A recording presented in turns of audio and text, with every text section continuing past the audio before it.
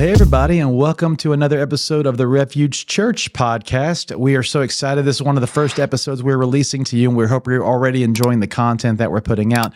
Today is a very special episode because I'm welcoming in the lead pastor of Refuge Church, Pastor Matt. How are you, sir? I'm doing great, So right up front, we wanted to get you on here to kind of set the tone for what this podcast is going to be. Especially, we wanted it to be not a break in the spirit, but we want it to be a little bit of a different feel than the Net podcast is. So one of the things that you and I talked about was showing more of a non-preaching side of you, if that makes sense. And how important do you think that is for our congregation and for people that are watching this to see the person that's not extrapolating and exegeting scriptures on a Sunday morning?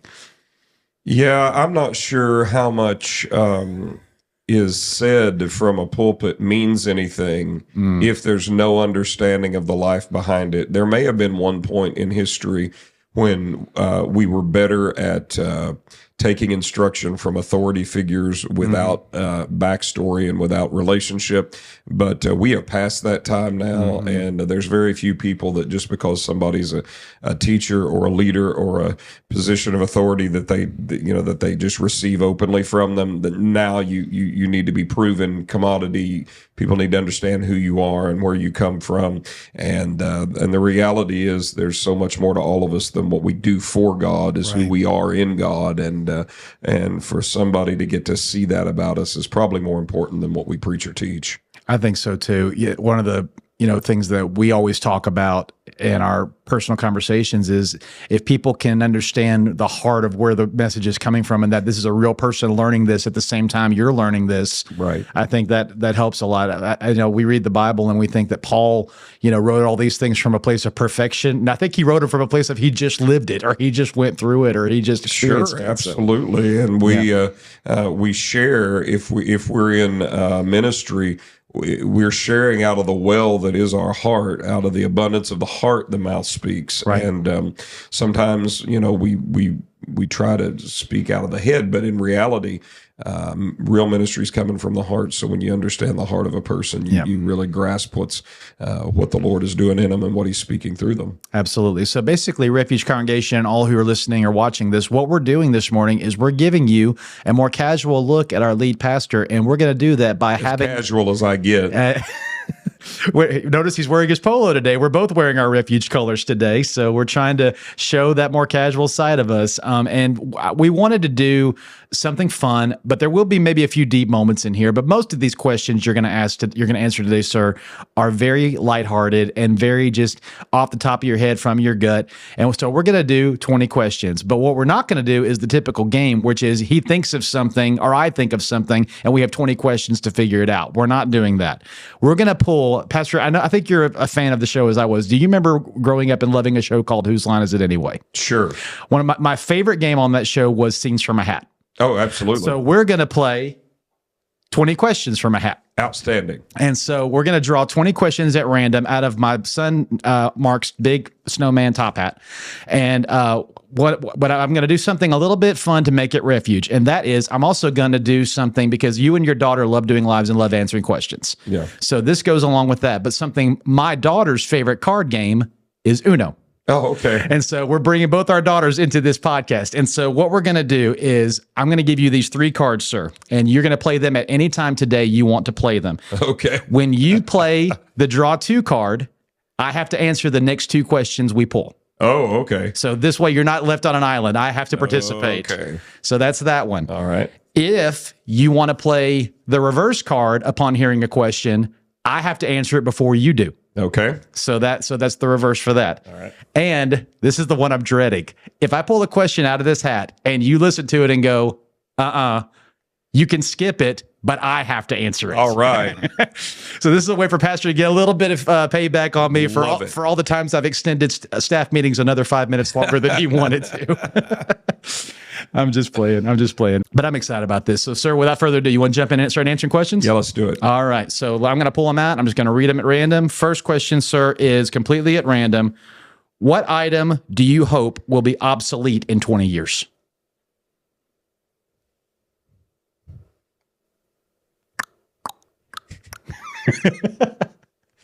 Oh, an item to be obsolete in 20 years.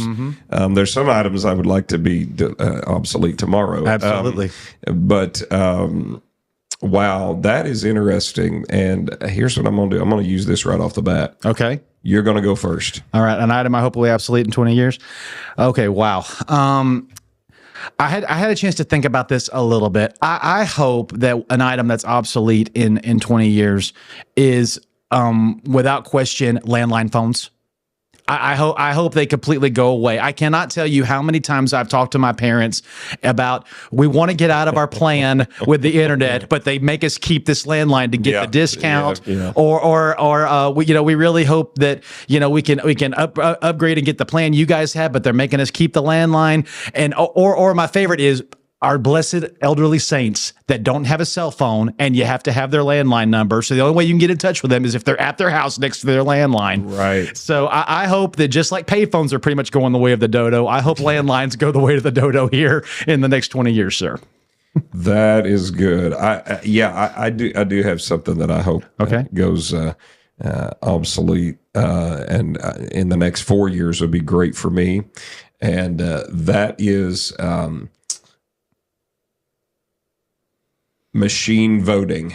Oh, praise the Lord! Yes, I am a paper ballot guy all the way, and so I would love to see us go by. I remember when you could request paper ballot and you got to do it. You got. Right. I actually remember when there wasn't any other option, but I also remember being able to request paper ballots and voting. And I remember the first time I went in and requested a paper ballot and they weren't available. The young person behind the desk had no idea what I was even talking about. Wow. I thought I was crazy. And I thought, no, I'm sorry, but young Padawan. But there was a time many moons ago when we voted by paper, and it was much harder to sabotage. But yeah, I would love to see voting machines go obsolete sooner than later. That's great. And we're not going to deep dive any more than that, because we will probably have in the future conspiracy episodes, and Pastor can go deeper into the voting conspiracy. I've got plenty. I'm sure he does, and I would love to hear that. Next question. Here we go. Question number 2 out of 20 is, what's the weirdest gift you've ever received? Oh, wow. Weirdest gift. Now, the odd things your kids give you when they're young don't count. No, those are precious, even no matter how weird they are. There's some strange, they give you they hand you some strange stuff, but that's out of love. That's okay. Got no problem with that. Over the years as pastor, I've received several odd things. Whether it is, things people have done. I've been given ties that shouldn't have been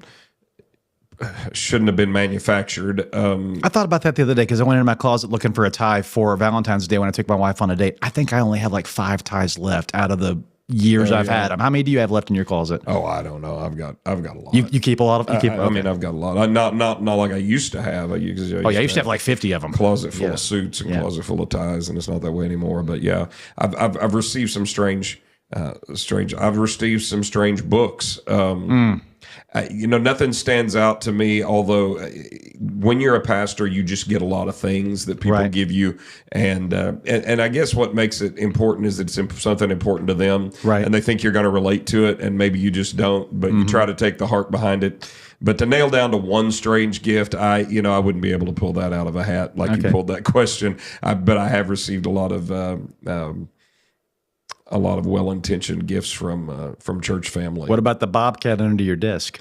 Yeah, I don't receive that as a gift.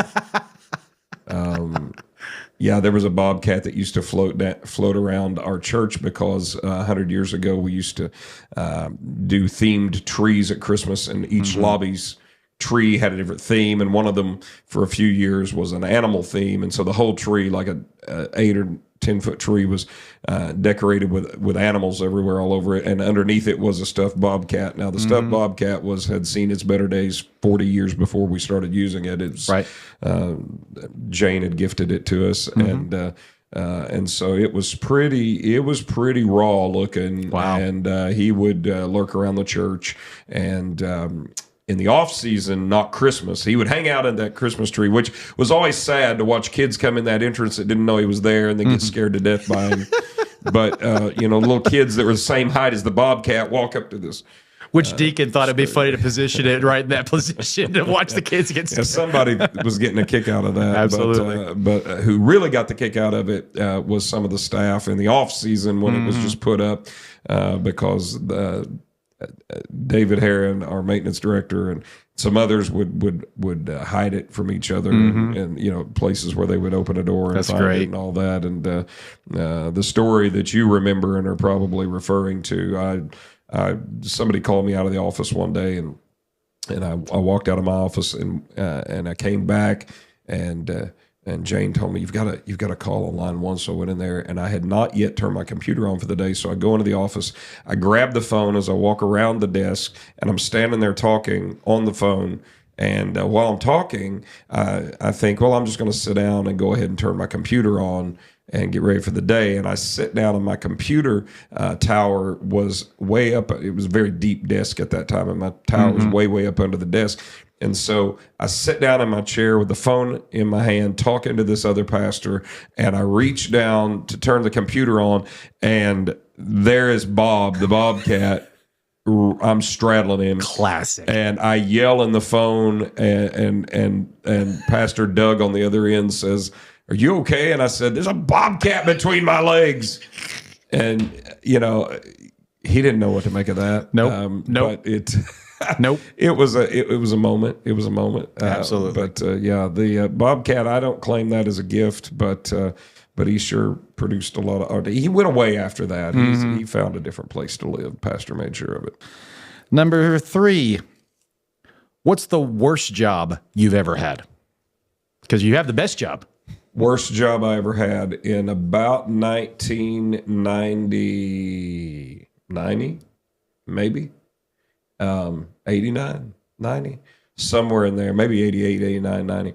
I had a job for a local pizza restaurant who I knew some people that knew some people. And Are they still in business? no, Okay. no, they're not in business. And it was in my hometown, and the job was that during the high school football and basketball games and the tournaments and whatever, I would have to take flyers and put them on all the windshields in the parking lot. And I just remember some basketball tournaments where there was just hundreds of cars. Oh my goodness! Because we had a tournament Thanksgiving weekend in West Plains, and it was teams from Mississippi and Arkansas and all over Missouri. So there was a lot. It was a huge crowd, and yeah, I just remember the windows being frozen and it being sleeting and me out there, with these dumb flyers trying to not get caught. Absolutely. Because plenty of people that don't want their window touched with your flyer. Absolutely. And all of this, and trying to run around covertly and do that. But that was the worst. That's the worst job I've ever had. Yep, 100%. I can't agree more. The only thing I hate with that, the one thing that I ever see on my windshield nowadays is when somebody's dead in my car and they're saying they're sorry.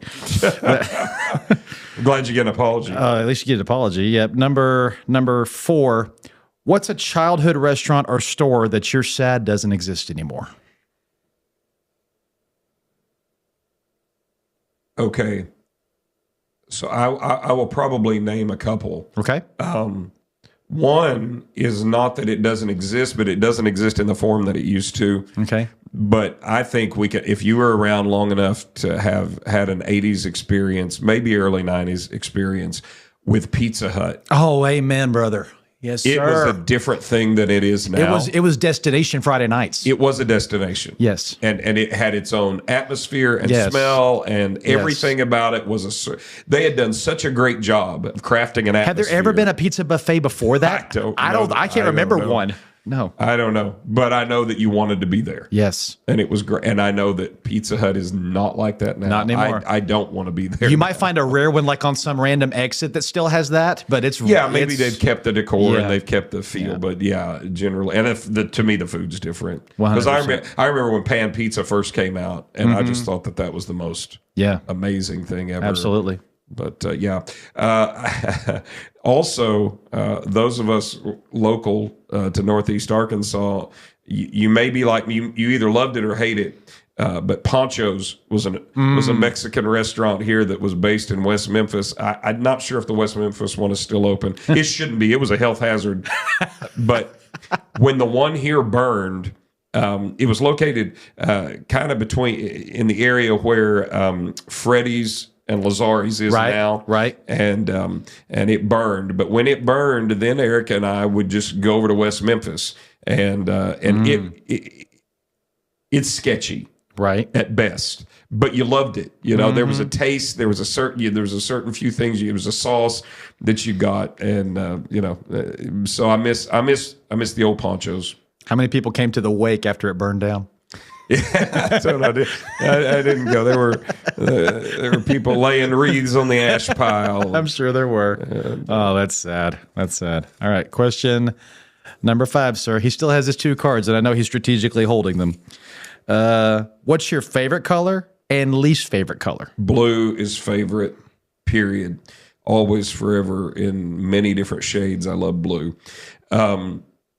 Least favorite is going to be somewhere in the yellow family. However, I had a 66 Mustang that was springtime yellow, that was a shade of yellow that was good for me. It was the opposite end from egg yolk. But yeah, probably yellows are my least favorite. Is going to be in the yellow family somewhere. I agree, and I think a lot of it's because especially I guess men, a lot of times when we think colors, we either think we're wearing it, we're driving it, or we're absolutely. Yeah, it's not how does it make us feel? It's what do we own or what are we doing that has that color? Yeah. So yeah, I agree. Yes, sunflower yellow is hard. There's only certain things like sunflowers that need to be that color. Yeah. I have that's probably a good point. I think I may have one shirt in my closet that has like a stripe of yellow in it, but other than that, I don't have hardly anything that's yellow. Yeah, I don't either. So yeah, I agree with you 100%. Next one, number 6. What game show do you think you could win the most money on? There's sometimes when I've watched Jeopardy and I thought I could do good on it, and then there's other days when I think this is not my show. It's all the draw of the categories. It is. Oh, my goodness. Depending on the categories, I could do well on Jeopardy. That's probably my greatest chance. You've got to be asking me something, because if it's based on speed or agility, I'm a failure in those areas. If you've ever driven behind me, you're aware of that. But certain kinds of creativity. But yeah, it's going to have to be trivia. So maybe Jeopardy. Jeopardy. Yeah. Would you have done good on Who Wants to Be a Millionaire?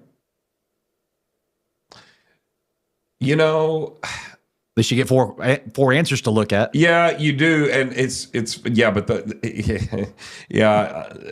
there was episodes I watched where I did good on that, and episodes where I didn't. So yeah, I mean, to a lesser degree, sure. If you're asking me some sort of it's going to have to involve trivia though for me to do well. Gotcha. I just always get frustrated with the trying to. Fastest finger question and all that. That would never have been me. Absolutely, absolutely. You gotta wait for nobody in the world knows this, but you know this. 100%. Number 7, sir, is what's a word or phrase people say wrong and it annoys you? Supposedly. Yes. It is supposedly. Supposedly. That's it. Wow. Yep. I know I'm not supposed to answer, but mine is couldn't care less. Because everybody says, I could care less. If you could care less, that means you care. I could not care less. And major people, politicians, major high-ranking people say it wrong all the time. And it makes me so mad. If you could care less, that means you actually care. You already do care. Yeah, 100%. Number 8, sir, it is there anything about you that people are surprised when they learn? I think it would have to be that I'm not actually mean. Because I am aware of what I look like.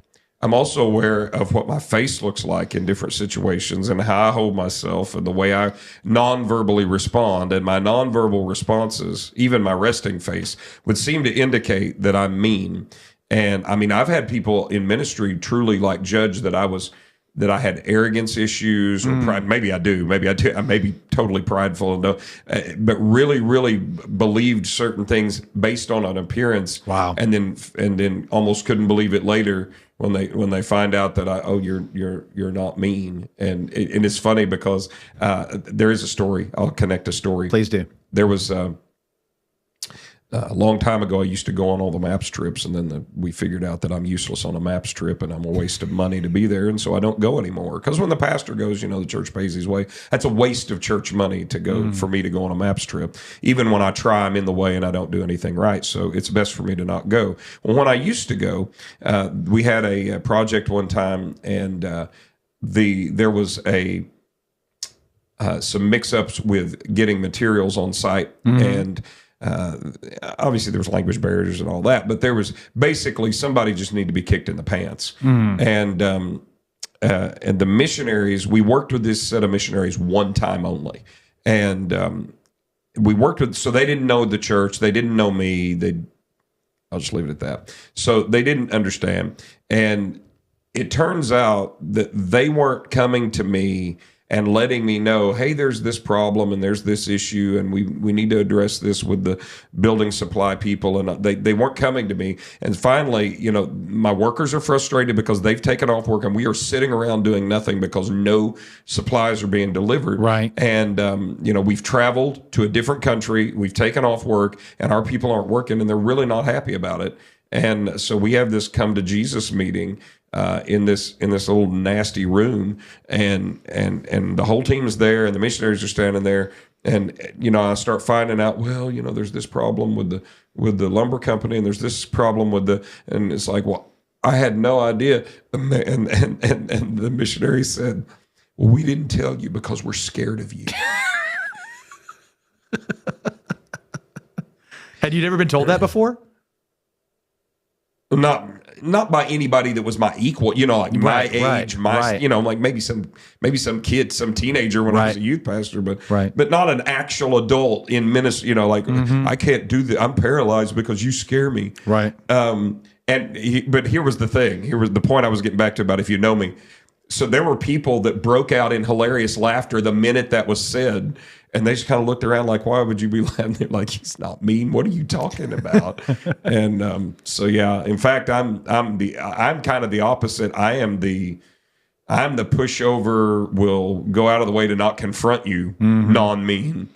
Right. But I think that's misunderstood probably. I'm going to say this. I don't think I've ever said this to you before. At first, even though the phone calls we'd had and the time I came to the interview had, everything was great. But your voice intimidated me because you have a lower register than most men do, and because of that, you come across sometimes like Darth Vader. and so there's this thing of, well, this is what I think about that, and I'm like, oh man, what did I do? What did I say? And it's a blessing because there's an authority on your voice, and I think that's something that you've learned how to use with your anointing. That when you speak this, the way you speak it, it carries more weight because of that. With me, I have to sometimes let volume be my emphasis because my voice is higher, but there is that thing of when you preach, you do get animated, but a lot of times when you just say something directly, I have to work twice as hard to get the emphasis on it. So I envy your voice. I really do. All right, let's go number 9, sir. I'm scared of when he uses that skip card. All right. What food do you think best represents Arkansas perfectly? If Arkansas had a state food, what is it? Man, that could really be a few things. It can't be barbecue because of the Razorbacks. It can't be that. No, it's not barbecue. And I am Arkansas all the way, but I am Memphis loyalist on barbecue. So yes, sir. I can't act like anything outside of Memphis is better. I don't think that's it anyway. I think you have to be more backwoods than that with it. I think. If you're going to express what Arkansas really is in all of its totality, and obviously when you generalize a whole state, Right. and narrow it down to one thing as an expression, you're going to be leaving some things on the margins. Obviously, there's just no way to do it. But if if you go to the vast mountains in the west and you go to the delta in the east, and you say, okay, if you could mesh all this, what looks like, what's Arkansas on a plate? What would Arkansas on a plate look like? I feel like that it's got to be, I could go like three directions. Part of me wants to go fried squirrel, but I think that's too mountain only. Or if you watch Duck Dynasty, Louisiana. Yeah. Yeah. And I mean, I grew up with it, so I don't even, I think that, but you know what? It's kind of, I tell you what. Okay. This is my metric. So this is a food that when I eat at other places, I'm like, y'all are posers. You're trying to act like this is yours, but it really should be ours. It really should be understood as ours. And it's simple, but I think it's real. And I got a reason for it. And it's fried okra. And here's why. Okay. And I know the South is going to be like, well, we all do that. It's one of my wife's favorite foods. And every buffet has that. But I always feel like fried okra should be ours. But I think it expresses Arkansas because it's fried and because it was probably grown in your backyard. Mm-hmm. And other states could lay claim to it too. But I think it does express Arkansas because it was, and everybody doesn't like it, right? And everybody doesn't like Arkansas. I didn't like it until like my 20s. Yeah, some people don't have a taste for it, but I think that's a great expression of Arkansas. If you go ahead and give a shout out, because I mean, when people think fried okra, me growing up, I think Lambert's Cafe. Whether the Missouri locations or Foley in Alabama, where I grew up, and that's where I first learned to like fried okra. But within Arkansas, if you can give a shout out to anywhere that has the best you've ever had, what is it? Well, my problem on okra is I'm always comparing it to my grandma's. Okay, and Erica's, and so that's rough. But as far as restaurants go, that maybe that's another reason is because I think a lot of Arkansas restaurants get it right. Right. So I don't know if I could pick one or not.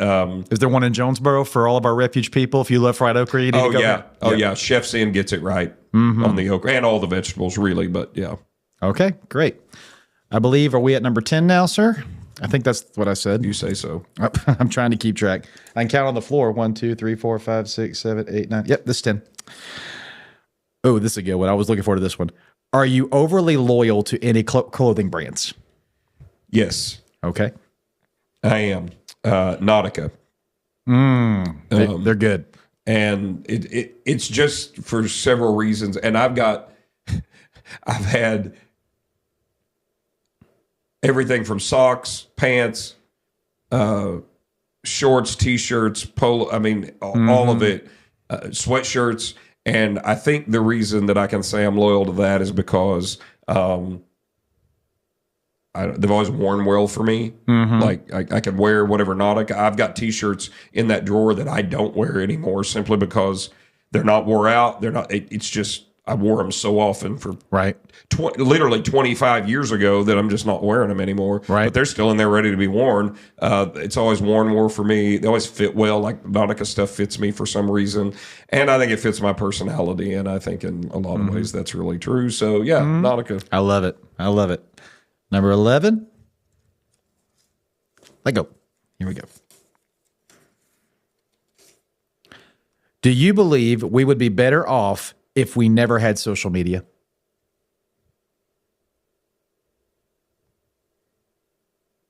That's not cut and dried for me. I'm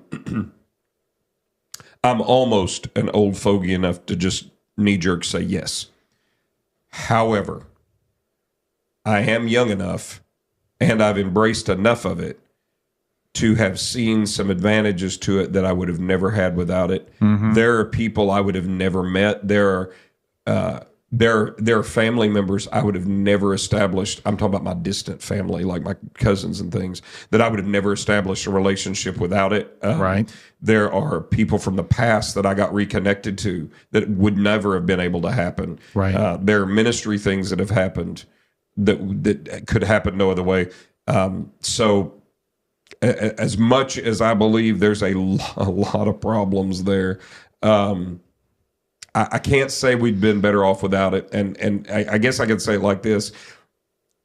if you didn't have the vices from social media that come from social media, we would have found another way to introduce them. Absolutely. Absolutely. I 100% agree with that. My metric on that is, if the apostles and Jesus lived today, would they have used it? Yes, they would have. Yeah. 100%. Yeah, Absolutely. It's kind of like asking somebody, would we? In some ways, I would be on this bandwagon too. Would we have been better off without TV? And in a lot of ways, you can say, yeah, we would have, except for the guy that said, well, I got saved watching a TV program. I mean, his perspective on that's probably a whole lot different. So absolutely, I agree completely, sir. We're moving quick. When you were a kid, what name did you give your favorite toy or stuffed animal? I had a beagle on my bed for my whole life. It was named Snoopy. Mm-hmm. Did it look like Snoopy? Not really. Not really. It was just the standard brown beagle. Yeah. Okay. Yeah, he was kind of a black and tan looking beagle, and I don't even know that I gave him that name. My parents may have given him that name, but and what dog do we have today? A beagle. What did my grandpa have? Beagle. I don't know. It's always been hounds for me, but yeah, his name was Snoopy. I'm going to ask you a question right now that I don't think I've ever asked out loud. Are there beagles that look like Snoopy, black and white? Not really. So why did Snoopy look that way? There's a story I read not long ago about that, about where that came, and that was a real dog. Okay. And it may have been Charles Schultz's real dog.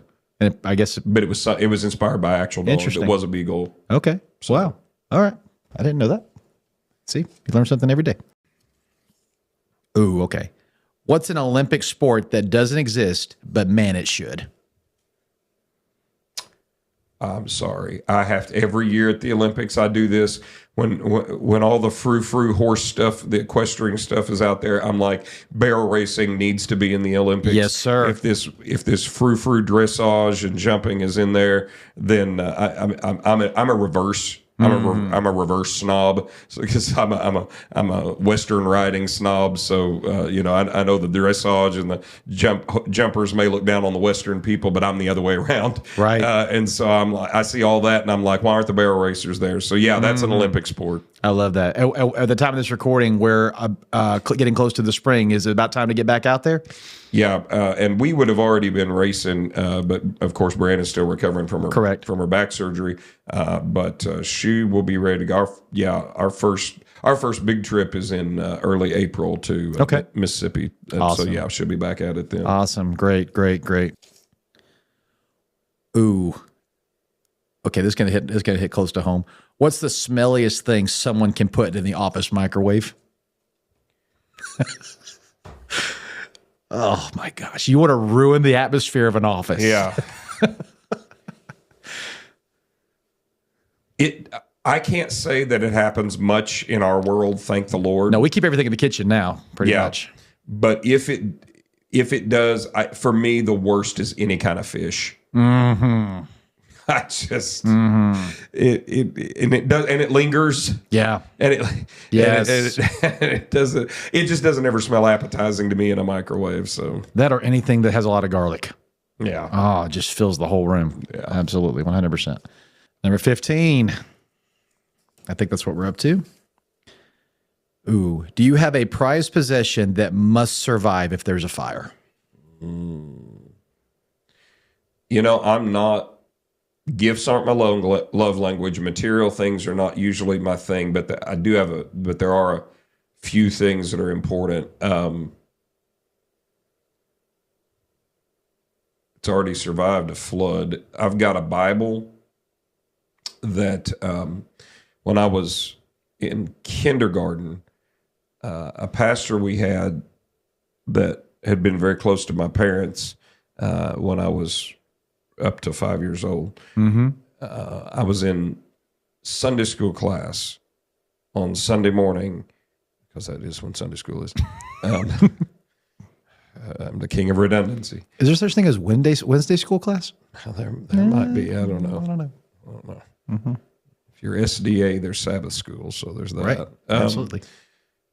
And I got someone came to the Sunday school class that I was in and said that the pastor wanted to see me in his office, which was a wild. Dun, dun, dun. Oh yeah, it was kind of a wild thing because I'm like 5, And yeah, I was 5. So I head down there and I go in pastor's office, and he sits me in this chair and he hands me a Bible, and he says, we've gotten you something, and this is it. And they had written in it about when I preached my first sermon to use that Bible. Oh, that's cool. And I was 5. I didn't know anything about a call of God at that point. I didn't know anything at that point.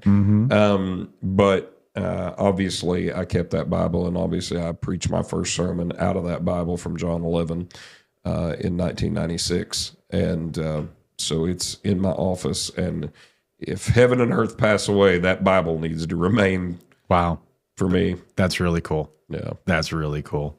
Okay. I believe we're at 16, sir. I think that's right. Here we go. This is good. What's the dumbest injury you've ever had? One time when we were doing some street evangelism here on this side of town, in fact, not far from here at all, just a few blocks away, we were going door to door, and we were just trucking. It was a pretty day. We're hitting a lot of doors, and I stepped wonky off a sidewalk, or got half my foot off the sidewalk, bent my ankle up. Oh, I've done that so many times, and it was just dumb. I put my whole weight on it, and it was just me not paying attention. Yeah, just me in a hurry and not watching what I was doing, and that's one that I remember. I've not injured myself just a whole lot because I'm super careful, as probably most people know. There was I've had two fish hooks in my head at different times, both from my own casting, not someone else's. I will tell those stories. Well, I'll tell one of those stories. Once was too painful to recall. That ended up in the emergency room. And they gave me 5 shots right in the crown of my head. Hook stories make me cringe. Had to cut it out and all that. But this is the funnier one. As long as you weren't in the one hooked. I had a hook in my head one day on Norfolk in the boat fishing with my dad and my grandpa, and buried that hook in the top of my head. And Dad looks at it for a little bit, and here was his evaluation. He said, "Well, you can either ruin our trip by making us go load the boat and take you to the hospital at Mountain Home, or you can let me pull it out." So I let him pull it out. Oh man, was it deep? Yeah. It wasn't terrible, but it was not. It was certainly not fun. Hooks don't come out. Yeah, they don't. Yeah. Okay. Ooh, okay. If you could make the ultimate sandwich, what's on it? Regardless what else, there's going to be bacon. Because if it's a club, I want bacon. If it's a hamburger, I want bacon. If it's chicken, I want bacon. Absolutely. Which, here's a plug for, did you know that in Jonesboro, fast food places that offer grilled chicken are almost nil? Now, I know some of you are going to talk about Chick-fil-A, but if you know me, that's not a place I visit. So, but they do have a good grilled chicken sandwich. But Freddy's still has grilled chicken. Yes, their sandwich is good, and the bacon, and so bacon's gonna have to be on it. That's rough for me. Is a hamburger sandwich, is that going to count? I think condiments containing between 2 buns. Yeah, I think it's a sandwich. Okay. So would I say hamburger? Okay, I'll put it like this. Is a hot dog a sandwich? We've had that conversation. Yeah. So I'm going to put it like this. Okay. Here's what would be on the sandwich if we can count hamburgers, and this would be my favorite without a doubt. There's a place in Cadiz, Kentucky, where we used to have our lake house called Greg's Grill. Shout out to them if it's still open. He keeps trying to sell it. But their meat and the way he grilled that meat, that best hamburger ever. Okay. Is at Greg's. But then with the grilled onions and with the cheese and with the bacon that was also grilled, yeah, that's it. I don't want to let it. It will have lettuce and tomato on it. I might not, like that. I might not have any condiments at all. Okay. All right. Yeah. I love it. Number 18 is, what character from a movie, book, TV show do you relate to the most and why? There's a few. So I tell you what I'll do. I'll go across a couple of different Okay, areas. go for it. If SpongeBob is the format that we're speaking of, if cartoons are it, Okay. then Squidward Tentacles is going to have to be Oh my gosh. me. I will never look at you the same again. It's the demeanor and the musicality, because he's quite a musical He is. aficionado He and is. clarinetist. I'm not a clarinetist, but a fellow musician for sure. One of the great episodes is the one where he moves to Squidville, where everybody's just like him, and That they have is a clarinet trio. That is great. Absolutely great Yes. episode. By the way, the first two seasons are when the writers and everything changed. It got bleh, don't care about it after that. I agree. So for cartoons, I'm probably I'm relating to Squidward. There's a whole lot of, and I know it's not maybe glaringly obvious, but there's a whole lot of who I am at heart that relates to the main character, the guy lead, and I know I should remember his name, from Sweet Home Alabama. Oh. Dadgummit. Not Patrick Dempsey's character, the other guy. No, the other guy. The guy No. the guy that gets glass out The of guy sand. from Alabama. Yeah. Yeah. There's a lot about him that I can relate to. And his name Jake? Yes. Yes. Yeah. Yeah, I love that So, movie. Yeah. I mean, just because I talk slow don't mean I'm stupid. Yeah, I can relate to you. So yeah, okay. There's a couple. I could probably go on, but that's a pretty Those are good. That's a pretty good couple there. I completely agree with that assessment. I don't do a lot of voices, but my kids freak out when I do Squidward because I'm pretty good at it. What's the most random fact you know? The most that is why. Narrow it down, like geography, music, like narrow it some way for me. Well, let's go with something we both share. Let's go music. Most random music fact you know. There's a lot of that too. Did you know the human head weighs 8 pounds? Yeah, Remember that movie? no, I don't. What was that from? Jerry Maguire, little kid, okay. little kid sitting in the back seat that knows all the random stuff. Okay, yeah. We watched a movie last night. We were watching a movie last night, and Erica got so mad at it because within 10 seconds, they quoted, and it was a Great American Family movie. They quoted Jerry Maguire twice, like you weren't supposed to notice that they lifted it from another movie because they didn't put it in a context where you were supposed to think they were doing that, and that really angered Erica. Gotcha. Pretty funny. But yeah, back to the random music fact. Man, could have to do with all kinds of things. Like, for instance, this. Here's a random fact you don't care about. No one cares about this. But you do. When you take a piece of Renaissance music, so something from the 1600s, and you're going to perform it today, you know you're going to perform it at a faster tempo than you think, and there's not going to be editorial markings except the one added because they wouldn't have originally put that. But so you're gonna say, oh, this needs to be done this fast or this slow a tempo. You actually speed it up because they derive tempo from the heart rate at that point. Wow. And heart rates were typically faster then, and so tempo to the music would be faster. So the tempo you want to take a piece of music from the Renaissance, you probably need to take it up 2 or 3 clicks to get correct if you're going to be period correct. Yeah, I could probably safely say only 0.001% of music-minded people know that fact. And you are among them. Yeah. So there we go. There we go. Number 19.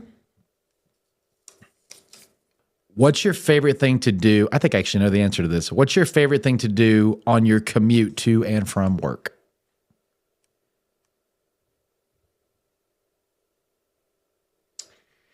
I have 2 favorite things. Either pray That's the one I knew. That's number one. Or listen to podcast. Me too. Yeah. Me too. 100%. And finally, sir. The follow-up question should have been, and Pastor, what podcast do you listen to that we wouldn't expect? Okay, do it. If you're going to open the door, I'm going to walk through it. I'll get a plug out there for some of my stuff. Obviously there's, ministry things are obvious, that I would listen to. Okay, then let me narrow you down again. Go a random obscure podcast nobody would listen to if you didn't tell them about it. Stories of Appalachia. Okay, talk about it real quick. So Story of Appalachia's real short podcast comes out weekly, and it's just two guys from Appalachia. One of them's a history professor, and they take just short stories from history about people from Appalachia or things that have happened in Appalachia that typically weren't, that aren't in history class, but things that it's not very light. It's a short listen. If your 10-minute commute, if that's what you've got, which is a lot of the commutes around Jonesboro, it's good to fit into that. So I love it. That's a random one. I love it. And finally, sir, rounding it out, number 20. Ooh, that's a weird one to end on, but here we go. If you were limited to one condiment for the rest of your life, what's the one condiment? I don't like condiments very much at all. And I'm not a guy that puts ketchup on anything. I use ketchup with fries, basically. Sometimes I want mayonnaise on a sandwich. Sometimes I want mustard. Sometimes I want none. If I'm limited to one of those things. You know what? Here's where I want to go. This is it. And I have deep reasoning behind it. Has to be, I got to stick with ketchup. Reason is I can more stomach a sandwich without mustard, mayo, or whatever than I can bad fries without ketchup. Okay. And you get a lot of bad fries at places. Ketchup helps bail them out. Yes. But as far as you notice, I've never mentioned in this episode ranch. Ranch is dead to me. I don't use it. I don't like it. So that's not even that's not even in my world. So I know a lot of people live on ranch and as a sauce, as a condiment in different ways.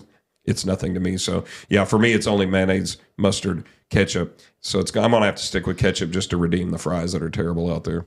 Gotcha. All right. Is there anything you want to say to any of our listeners or viewers right now about you that can maybe round out all this conversation before we say goodbye? Yeah. Even my last comment about the here's my answer and here's the deep reasoning why. It's hard for me to come up with random quick answers because I have to think everything through, and I have I like to think I have a deep philosophical reasoning for everything, which serves me well in certain capacities. Absolutely. And sometimes it hamstrings you when you need to give an answer in the moment. So well, James said, "Quick to listen, but slow to speak." I'm definitely that. Sometimes I'm slow when I'm in counseling. I will be so slow to speak that people will think I'm either asleep or dead. But it's really just that I'm either praying or thinking because I just don't want to open my mouth with anything random. But so that pretty much explains a lot of me. Is I feel like I have to have these, philosophical reasonings for whatever answer I give to something so that I can back it up. 100%. Well, Pastor, as we say goodbye, I want you to do one thing, and that is I want you to look in this camera. I want you to pose a question to everybody watching or listening that they have to answer in the comments. Oh, that's good. That's good. Could be any of the ones you heard today, or it could be one that you just come up with. Yeah, and it is going to be related to one that I answered today. So I would answer in the comments here, what would be the least expected thing if I were to find out about you? I would be shocked. I would love to know that. Something that you have no clue about. So that I would have no clue about. I love that. I love that. All right, everybody, this has been 20 Questions with our pastor. He'll be back for multiple episodes in the future, but we hope and pray that you guys enjoyed this inside view into our lead pastor. Pastor Matt, thank you so much for coming on. Absolutely. I enjoyed it, Pastor David. Absolutely. And I know I'll be in that chair in the near future as well. Payback. It's coming. Especially, he spared mercy today. I kept these cards out for you. Yeah, you won't show mercy when the questions come. Probably not. All right. God bless everybody. We'll see y'all next time.